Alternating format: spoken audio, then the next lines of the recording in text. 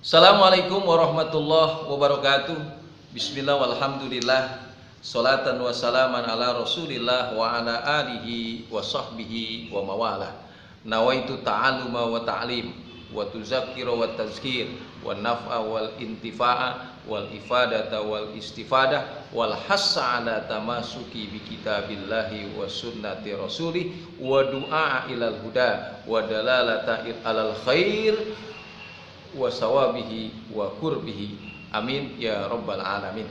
Anak-anakku sekalian yang berbahagia di kelas 8 Madrasah Sanawiyah, tentunya salam jumpa kembali dengan pelajaran seni budaya. Tentunya harapan saya kalian sudah mempersiapkan diri dengan sebaik-baiknya dan niat untuk belajar ikhlas mencari ridho Allah Subhanahu wa taala. Bahkan itu kalau kamu niatkan ikhlas mencari ridho, menghilangkan kebodohan dalam diri kamu, maka sesungguhnya kamu mempunyai nilai pahala yang besar di sisi Allah Subhanahu wa taala.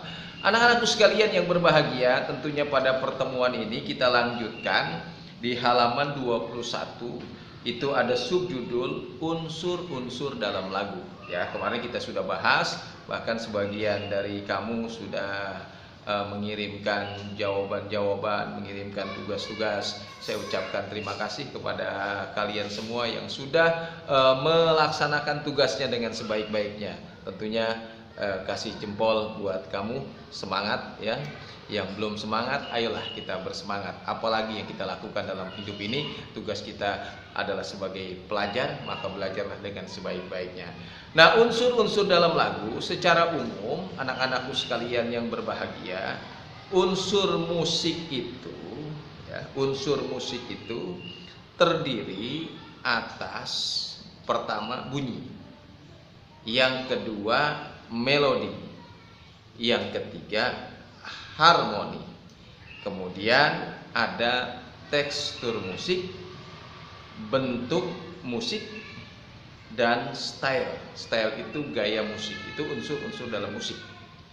Jadi ada bunyi, irama, melodi, harmoni, tekstur musik, bentuk musik, kemudian berikutnya style atau gaya musik. Jadi masing-masing penyanyi punya gaya musik yang berbeda.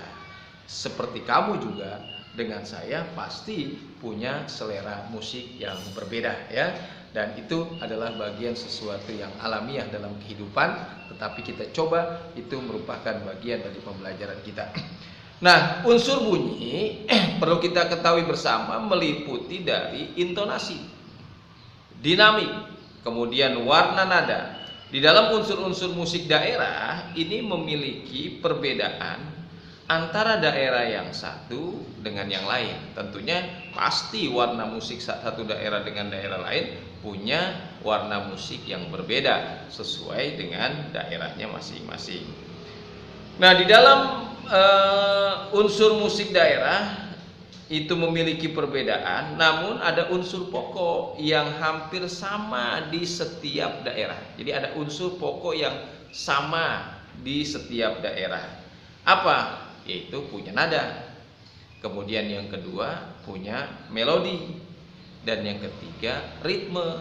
Yang keempat punya harmoni dan syair. Itu semua sama, bukan hanya di setiap daerah, mungkin di dunia punya sama. Misalnya melodinya ada do re mi fa sol la si do, ada tangga nadanya diatonis atau pentatonis. Itu semua bagian kesamaan dalam musik.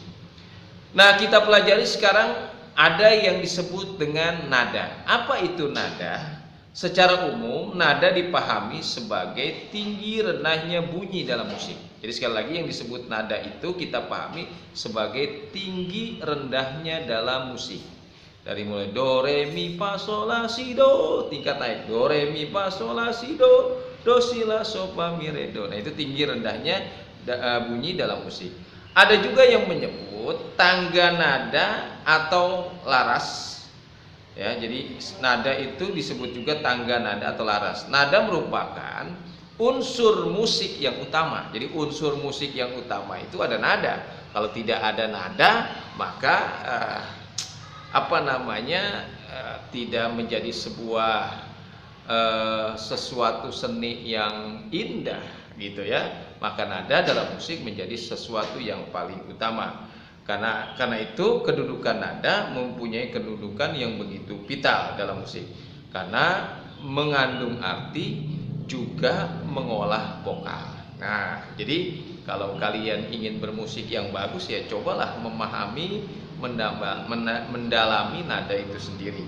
Tentunya selain bakat alam juga perlu dilatih, diasah supaya punya kemampuan yang luar biasa. Syukur-syukur menjadi sebuah profesi penyanyi yang hebat, terkenal bukan hanya di dunia tapi internasional. Walau perlu di alam gaib pun kamu terkenal. Wes. Nah, setiap nada ini memiliki tangga nada tertentu menurut frekuensinya ya, ataupun menurut jarak relatif tinggi nada tersebut terhadap tinggi nada dan patokannya. Nada dasar suatu karya musik menentukan frekuensi nada dalam karya tersebut. Nah, itulah nada. Jadi nada sekali lagi kita ambil kesimpulan adalah tinggi rendahnya bunyi dalam musik, gitu ya. Kemudian yang kedua adalah irama. Irama itu disebut juga ritme, ya. Apa irama atau ritme? Adalah gerak teratur.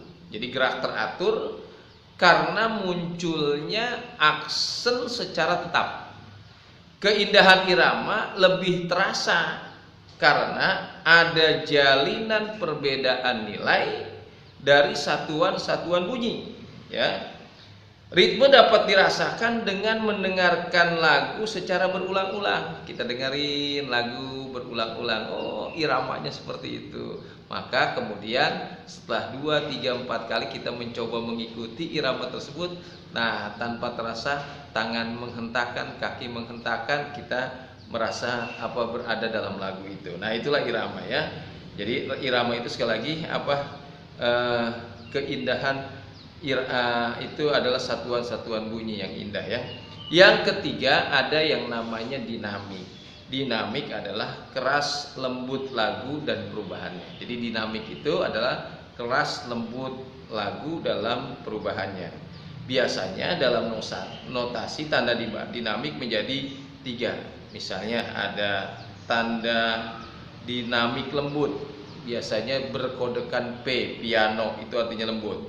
Atau pianissimo, biasanya kodenya P2, itu maksudnya adalah sangat lembut. Kemudian dinamik sedang, itu biasanya kodenya MP, mezzo piano, itu artinya agak lembut. Kemudian mezzo forte, MF, itu artinya agak keras, dan seterusnya.